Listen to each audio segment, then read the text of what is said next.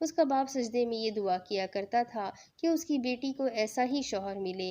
کہا کہ وہ آدمی تو میں ہی ہوں، یعنی وہ ہار اسے حلال طریقے سے مل گیا، کیونکہ اس نے اللہ کے لیے اسے چھوڑ دیا تھا۔ اللہ نے اسے نام البدل عنایت کیا، کیونکہ اللہ پاک ہے، پاکیزہ چیز ہی پسند کرتا ہے۔ مانگنا ہی ہے تو اللہ سے مانگو۔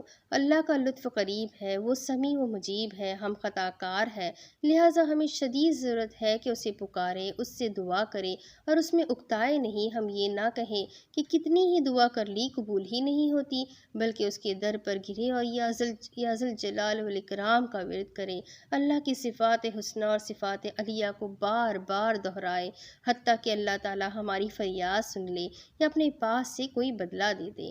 اپنے رب کو گڑ گڑا کر اور چپکے چپکے پکاریے۔ ایک دائی نے اپنے کسی رسالہ میں لکھا تھا کہ ایک مسلمان اپنے بیوی بچوں کے ساتھ ایک ملک میں پناہ لینے کے لیے گیا اور وہاں کی شہریت مانگی، اپنے دوست احباب سے مدد مانگی اور پوری کوشش کی، لیکن اس کے سارے راستے بند ہو گئے، تدبیریں ناکام ہو گئی۔ اس کی ملاقات ایک متقی عالم سے ہوئی اور ان سے سارا حال بیان کیا۔ انہوں نے کہا کہ رات کے اخیر حصے میں اپنے آقا و مولا کے دربار میں کھڑے ہو جاؤ، وہی ہر چیز کو آسان کرے گا۔ یہی حدیث کا مفہوم ہے کہ جب تم مانگو تو اللہ سے ہی مانگو، مدد لو تو اللہ سے لو، اور یہ جان لو کہ تمام لوگ مل کر بھی تمہیں فائدہ پہنچانا چاہے تو نہیں پہنچا سکتے سوائے اس کے جو اللہ نے تقدیر میں لکھ دیا ہے۔ اس آدمی کا کہنا ہے کہ اس کے بعد میں نے لوگوں کے پاس اور سفارشیں کروانا چھوڑ دیا، میں روز رات کے اخیر حصے میں وہی عمل کرتا جو اس عالم نے بتایا تھا اور سحر میں دعائیں کرتا۔ کچھ ہی دنوں کے بعد میں نے پھر درخواست دی اور کوئی سفارش استعمال نہیں کی۔ کچھ دن کے بعد میں گھر میں بیٹھا ہوا تھا کہ طلبی آئی اور مجھے شہرت مل گئی جس کی سخت ضرورت تھی۔ قیمتی لمحات۔ التنوخی نے ذکر کیا ہے، بغداد میں ایک وزیر نے ایک بڑھیا کے مال و اسباب پر دست درازی کی، اس کے حقوق و اموال ضبط کر لیے۔ بڑھیا روٹتی پیٹتی اس کے پاس گئی اور اس کے ظلم و جور کا ذکر کیا۔ اس نے کوئی پرواہ نہ کی، نہ توبہ کی۔ بڑھیا نے کہا میں تجھے بد دعا دوں گی۔ تب وہ بڑھیا کا مذاق اڑانے لگا اور بولا جا جا، رات کے تیسرے پہر میں بد دعا دینا۔ اس نے اپنے فسق و طاعت کے زعم میں ایسا کہا تھا، لیکن بڑھیا نے اس پر عمل شروع کر دیا۔ کچھ ہی دنوں میں وہ معزول ہوا، اس کے اموال چھین لیے گئے، جائیداد ضبط ہوئی اور بیچ بازار میں کوڑے لگائے جانے لگے، کیونکہ لوگوں پر خوب ظلم ڈھائے تھے۔ بڑھیا وہاں سے گزری اور اس سے کہا تو نے صحیح مشورہ دیا تھا، رات کے تیسرے پہر کو میں نے بہت اچھا پایا۔ رات کا یہ حصہ بہت ہی قیمتی اور گرا قدر ہے، اس میں رب العزت فرماتا ہے کوئی مانگنے والا ہے کہ میں اسے دوں، کوئی مغفرت چاہتا ہے کہ میں اس کی مغفرت کر دوں، کوئی پکارنے والا ہے کہ اس کی پکار سنوں۔ نوجوانی میں بہت سے تجربے ہوئے، بہت سی باتیں سنی اور بہت سے ناقابل فراموش حادثات سے گزرا، لیکن جو سب سے زیادہ فریاد درز بھی ہو اور مدد و لطف و کرم کا منبع بھی، ایسا اللہ کے سوا کوئی دوست نہیں ملا۔ خلیج کے بحران کے وقت میں ہوائی جہاز سے ابہا سے ریاض کو روانہ ہوا۔ آسمان میں بلند ہوتی ہی اعلان ہوا کہ دوبارہ ہوائی اڈے پر جہاز اترے گا، کیونکہ اس میں کچھ خلل واقع ہو گیا ہے۔ پھر ہم لوٹے اور انہوں نے جتنی مرمت کرانی تھی وہ کرا لی، دوبارہ کوچ کیا۔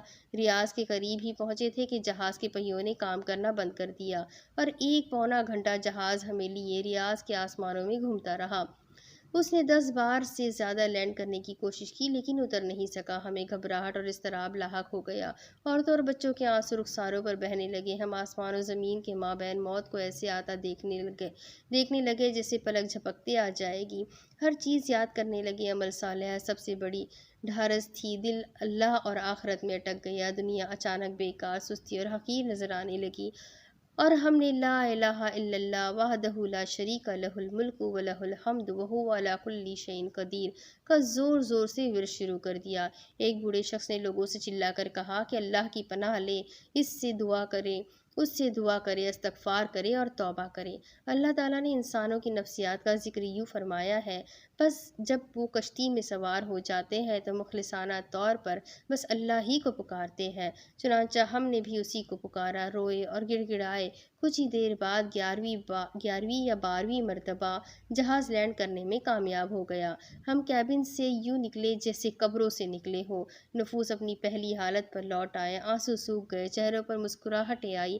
اللہ نے کتنا بڑا لطف و کرم کیا۔ شاعر کہتا ہے مصیبت میں ہم اللہ کو خوب پکارتے ہیں، جب بلا دور ہو جاتی ہے تو اسے ہم بھول جاتے ہیں۔ سمندر میں ہم پکاریں گے کہ ہماری کشتی بچا لے، کنارے آ کر پھر اس کی نافرمانی کرنے لگیں گے۔ امن سکون سے فضا میں پرواز کریں گے، گریں گے نہیں، کیونکہ اللہ تعالیٰ محافظ ہے۔ یہ محض اللہ سبحانہ تعالیٰ کا لطف احسان ہے۔ اب اس کی آگے کی کتاب میں آپ کو اگلی قسط میں پڑھ کر سناؤں گی۔ بہت ہی پیاری کتاب ہے، امید کرتی ہوں آپ سب کو بھی پسند آ رہی ہوگی، اور اگر پسند آ رہی ہے تو جلدی سے ویڈیو کو لائک کریں، چینل کو سبسکرائب کریں، بیل آئیکن کو ضرور دبا دیں، اور اپنے کانٹیکٹس میں ویڈیو کو ضرور شیئر کریں۔ ساتھ ہی ساتھ کمنٹ کر کے مجھے ضرور بتائیں کہ آپ کو یہ کتاب کیسی لگ رہی ہے، اور آگے آپ لوگ اور کون سی کتابیں سننا چاہیں گے۔ تو ملتے ہیں اگلے ویڈیو میں، تب تک کے لیے اپنا خوب سارا خیال رکھیں، مجھے بھی دعا میں یاد رکھیں۔ اللہ حافظ۔